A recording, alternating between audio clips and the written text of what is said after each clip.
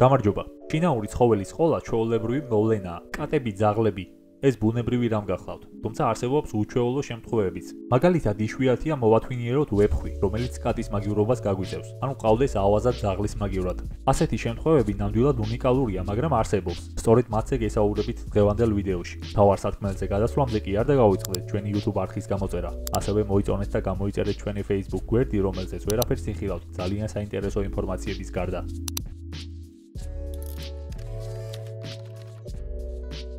ჯონ რენდალი და ანტონი ეის ბოურკი.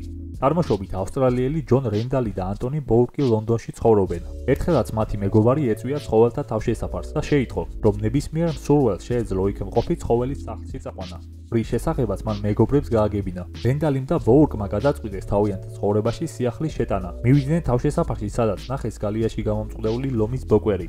იფიქრეს, არასწორი იყო მისი 4 კედელში გამოკეტვა. ჯონმა და ანტონიმ დაარწმუნეს ადმინისტრაცია, რომ შეძლებდნენ ბოკვერზე ზრუნვას. საბოლოოდ მათ მოახერხეს პატარა საყვარელი ლომის სახლში წაყვანა და შეუდგნენ მის მოვლას. სახელად კრისტიანი დაარქვეს. 1 წლის განმავლობაში კრისტიანი ცხოვრობდა ავეჯის საწყობის სარდაფში, სადაც ჯონი და ანტონი მუშაობდნენ. 1 წლის შემდეგ, როდესაც კრისტიანის წონა 185 კილოგრამს მიაღწია, ჯონი და ანტონი მიხვდნენ, რომ მისი სახლში გაჩერება არც თუ ისე კარგი იდეა იყო. აუცილებელი გახდა მისი გაშვება. ერთ დღესაც რენდალი და ბოურკი შემთხვევით გადაეყარნენ დოკუმენტურ ფილმზე მომუშავე კინორეჟისორებს, რომლებიც დაინტერესდნენ სახლში მცხოვრები ლომით. ისინი მალევე დაუკავშირდნენ ჯონ ადამსონს, რის შემდეგაც 1971 წელს კრისტიანი გადაიყვანეს კენიაში. გაშვებიდან 1 წლის თავზე მას აღმზრდელები ეწვივდნენ, რომლებიც ლომმა იმ წამსვე იცნო. ჯანესა ჰეილი. კატა ერთ-ერთი ყველაზე გავრცელებული საყვარელი ცხოველია მთელ მსოფლიოში. თუმცა არსებობენ ადამიანები, რომელთაც ცხოველის ეს ჯიში ეზიზღებათ. მათთვის დამახასიათებელი თვისებების, სნობიზმის გამო, ან სხვა რამის. ამ საყვარელი სახის უკან იმალებიან არსებები, რომელთაც არაფერი უნდათ მოფერებისა და სიყვარულის გარდა.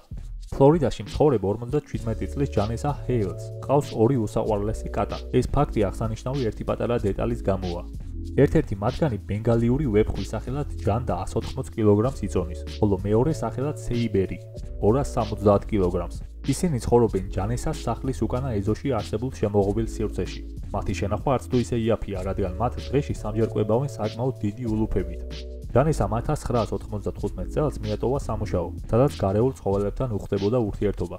ამიტომ მხეცების მოვლა მისთვის უცხო არაა. კრიტიკოსები ფიქრობენ, რომ ჰეილს არ შეეძლო 2 მხეცის ისე მოვლა და აღზრდა, როგორც შინაური ცხოველების. თუმცა ქალის თქმით, ვეფხვებს მასთან გადარჩენის გაცილებით დიდი შანსი ჰქონდათ, ვიდრე გარეულ ბუნებაში.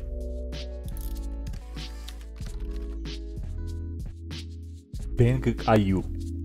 ჩინეთში მცხოვრებმა ერთ-ერთმა მოქალაქემ სახელად ბენგ კაიუმ 2 ვიეტნამელი კაცისგან შეეძინა დათვის 2 ბელი. ამ ისტორიაში საინტერესო ის არის, რომ მას წარმოდგენა არ ჰქონდა დათვების შესახებ. ის ფიქრობდა, რომ ცხოველები უბრალოდ ძაღლის ლეკვები იყვნენ. სანამ არ გაიზარდნენ და სანამ თლად დათვებს არ დაემგვანენ, მანამდე ვერ მიხვდა, რომ ლეკვების ნაცვლად დათვები შეაპარეს. თავდაპირველად სანამ განსხვავება შენიშნავდა, კაიუ ლეკვებზე გულმოდგინედ ზრუნავდა.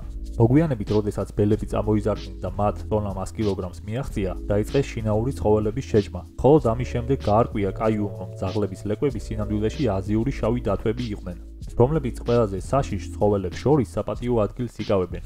ამის შემდეგ კაიუ დაუკავშირდა გარეულ ცხოველთა გადამრჩენელ ცენტრს და დათვები გადაიყვანეს. ვენგს არ დაუწყებია თავისი საყვარელი ცხოველები. ის დღემდე რეგულარულად ნახულობს მათ და რაც არ უნდა გასაკვირი იყოს, დათვებით ცნობენ ყოფილ პატრონს.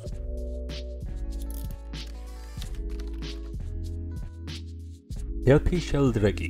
50 წლის განმავლობაში დელფი შელდრეკი ზრდიდა და დღესაც ზრდის გარეული ცხოველების ყველაზე დიდ სახეობას სპილოებს. ნაირობის ნაციონალურ პარკში შელდრეკი ხელმძღვანელობს ობოლ სპილოთა თავშესაფარს. სწორედ აქ შეხვდა დელფი პირველად მისთვის უსაყვარლეს არსებას, როდესაც ეს უკანასკნელი 3 წლის იყო. დელფის აზრით 3 წლამდე სპილოები რძეზე არიან დამოკიდებული. ამიტომ თუ მათ 3 წლამდე მიატოვებენ, ძალიან მცირე შანსი რჩებათ გარეულ სამყაროში გადარჩენის. უამრავი მიზეზი არსებობს იმის, თუ რატომ შეიძლება სპილო დაობლდეს. ბრაკონიერობა ერთ-ერთი ყველაზე დიდი და მტკივნეული თემაა. დელფის თქმით, ის აპირებს სპილოების მოვლას და მფარველობას მანამ, სანამ არ ისწავლიან დამოუკიდებლად ცხოვრებას და არ ექნებიან მზად გარე სამყაროში დასაბრუნებლად. ის ერთდროულად 16 სპლიხვს უვლის, რომელთაც აქვთ საკუთარი ოთახი და მესერით შემოღობილი სივრცე, სადაც შეუძლიათ ითამაშონ, ჭამონ და ისწავლონ დამოუკიდებლად ცხოვრება. რამდენადაც არ უნდა გაგიკვირდეთ, ეს ქალბატონი 93 წლისაა და კვლავ აგრძელებს სპილოების მოვლას. ოლივერ ჰოუალეტი. ოლივერ ჰოუალეტი იგივე ტარზანი.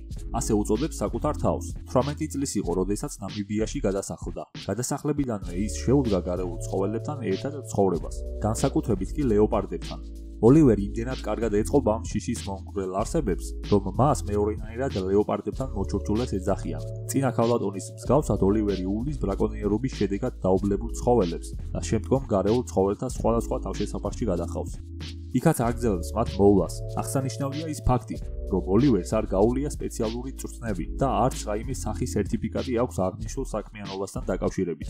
ის საკუთარ თავს ექსპერტად მოიხსენიებს, რომელმაც ყველაფერი გამოცდილებიდან ისწავლა. თავდაპირველად ოლივერი იძულებული იყო გამოამწყვდია ლეოპარდები და ისე ემუშავა მათთან, რადგან ისინი ვერ ეგუებოდნენ გარეულ სამყაროს.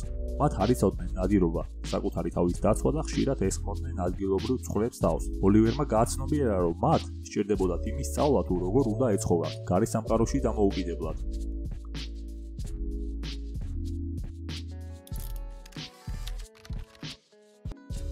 სვეტლანა და იური პენტელინკოები. წარმოიდგინეთ დათვების აღზრდა ველური სამყაროს გარეთ, სადაც ისინი სასტიკ ცხოველებად აღიქმებიან.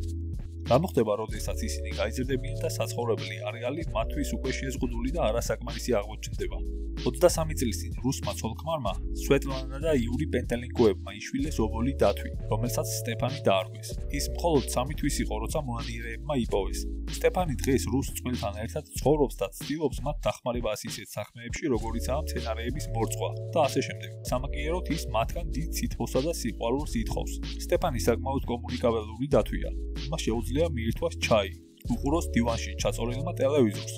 ყველაფერ ამას უკთავი დავანებოთ, სტეფანის შენახვა წყვილს საკმაოდ ძვირი უჯდება, რადგან ის დღეში საშუალოდ 24 კილოგრამ თევზს ჭამს.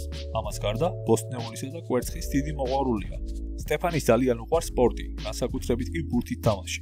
წყვილი აცხადებს, რომ დათვი მათ თავს არასდროს დასხმია, არც უკმენია და მასთან ერთად თავს დაცულადაც კი გრძნობენ.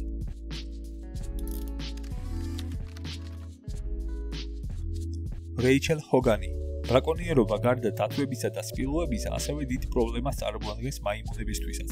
გორილებზე ძირითადად მათი ხორცის გამო ნადირობენ, თუმცა ზოგ შემთხვევაში უბრალოდ ეგზოტიკური ცხოველის ხოლის სურვილის გამოც.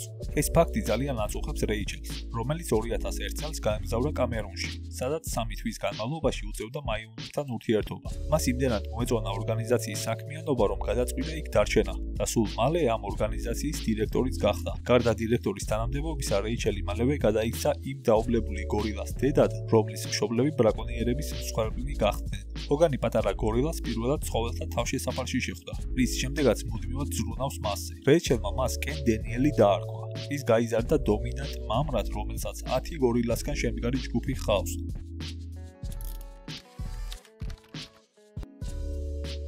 ანტუან ეიტსი. ანტუან ეიტსი უკვე 4 წელია, რაც ჰარლემის ერთ-ერთ ბინაში ზრდის 180 კილოგრამიან ბენგალიურ ვეფხვს. სახელად მინგის. მინგი 6 კვირის იყო, როდესაც ანტუანმა მინესოტის ცხოველთა თავშესაფრიდან წამოიყვანა. ანტუანი დარწმუნებული იყო, რომ ის მინგის იმდენად კარგად იცნობდა, ყოველთვის შეეძლო მიხვდარიყო თუ რა სჭირდებოდა. თუმცა ერთ დღესაც ეიტსისთვის მოულოდნელად მინგის მასთან თამაშის დროს ზედმეტი მოუვიდა. ფეხზე და მკლავზე უკბინა. ანტუანს გაუჭირდა ექიმების დარწმუნება იმაში, რომ ეს ნაკვენები ძაღლის მიერ იყო მიყენებული. მას სურდა მეგობრის უსიამოვნებისგან დაცვა. ამ ფაქტის შემდეგ მინგი კვლავ ცხოველთა თავშესაფარში დააბრუნეს. ეიტსი დღესდღეობით ცხოვრობს ლას-ვეგასში 22 დიდი ზომის კატისა და სხვა ეგზოტიკურ ცხოველების გარემოცვაში. ენა სნაიმენი. ენა სნაიმენი ჩვენ მიერ დასახელებულ ადამიანთაგან გამოირჩევა იმით, რომ მას ერთდროულად 7 ახალგაზრდა ლომი, პატარა სამხრეთ აფრიკული მანგუსტები, აფრიკული ველური კატები და ლეოპარდი ჰყავს. მისი ერთ-ერთი საყვარელი ცხოველია თეთრი ლომი სახელად ვატი. სნაიმენი და მისი შეყვარებული ვებერი გულმოდგინე ზრუნავენ თითოეულ მათგანზე, რომლებსაც საცხოვრებელი ადგილი ფერმაში აქვთ. სნაიმენი ხშირად აწყობს შეხვედრებს საზოგადოებასთან და ცდილობს ბევრი რამ ასწავლოს მათ ველური ბუნების შესახებ.